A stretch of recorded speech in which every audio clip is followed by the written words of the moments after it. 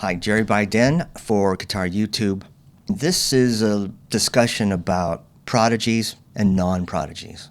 What's the difference? While writing Why Pop Music Sucks, I finally realized how important this issue is and why it is going to be nearly impossible to replicate.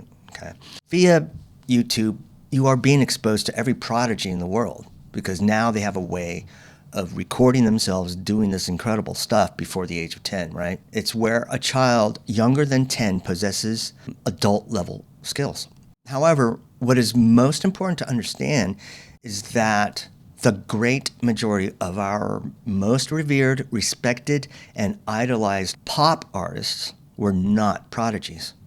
I am not talking about classical and jazz artists. Prodigies in those two genres, especially classical, are very typical. Prodigies, all over the place in classical music, quite a bit in jazz as well. But musicians in the pop arena are usually not prodigies.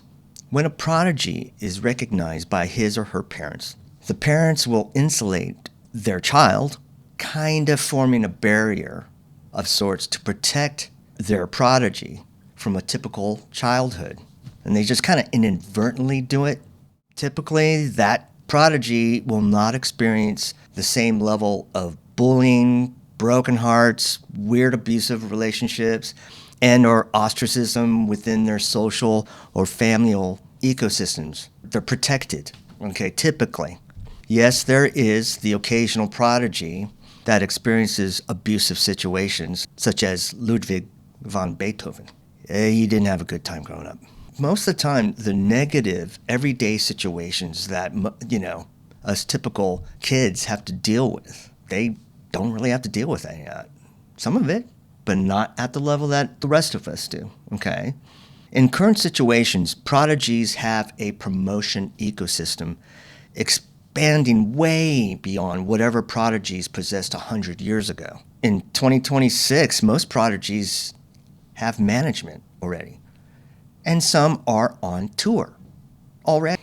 The point I am trying to make is that Paul McCartney and John Lennon, and we can keep listing them, John Bonham, Karen Carpenter, Chuck Berry, Elvis Presley, Sly Stone, James Brown, Peter Green, Robin Trower, Greg Allman, Alan Holdsworth, David Gilmour.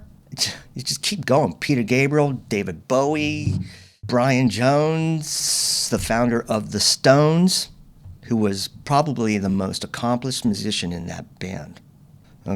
He was the brains behind it early. But no, none of them were prodigies. None. They had rough times growing up. Paul, John, George, Ringo, they grew up in Liverpool. Angus Young and Bon Scott grew up primarily in Australia. You had to know how to fight. You had to know how to protect yourself. James Brown was basically in jail for a fair portion before he became James Brown.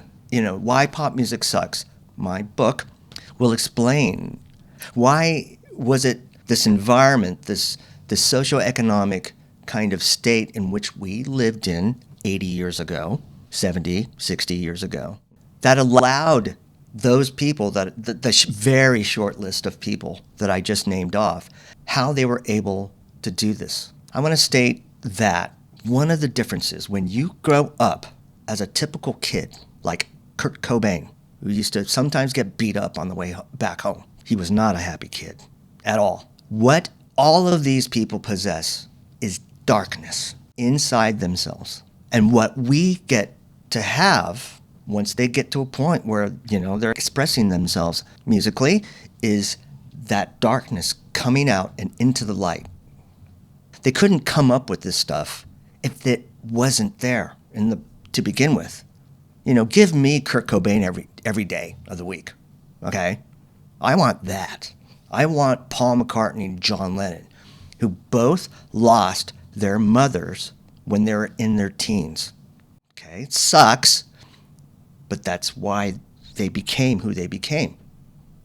When you grow up as a typical kid, you're not looked on as a nest egg just yet. That's very, very important to pop music.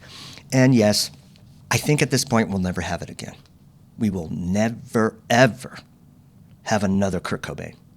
We'll never have another Paul McCartney, John Lennon. No way. No way. All the things that are afforded to the modern way of life is kind of distracting us to where we don't devote the time.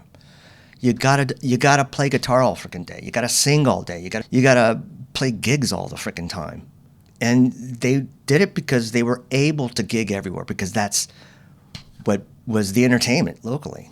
Read my book, Why Pop Music Sucks, please. And I actually explain everything about what happened to us as a culture from the 50s all the way to now. And there are huge events, and some that maybe went under the radar, but ended up being incredibly influential to why pop music sucks now and why we'll never have another Lennon McCartney. Okay? What a drag, huh? Jerry Biden for Guitar YouTube. See ya.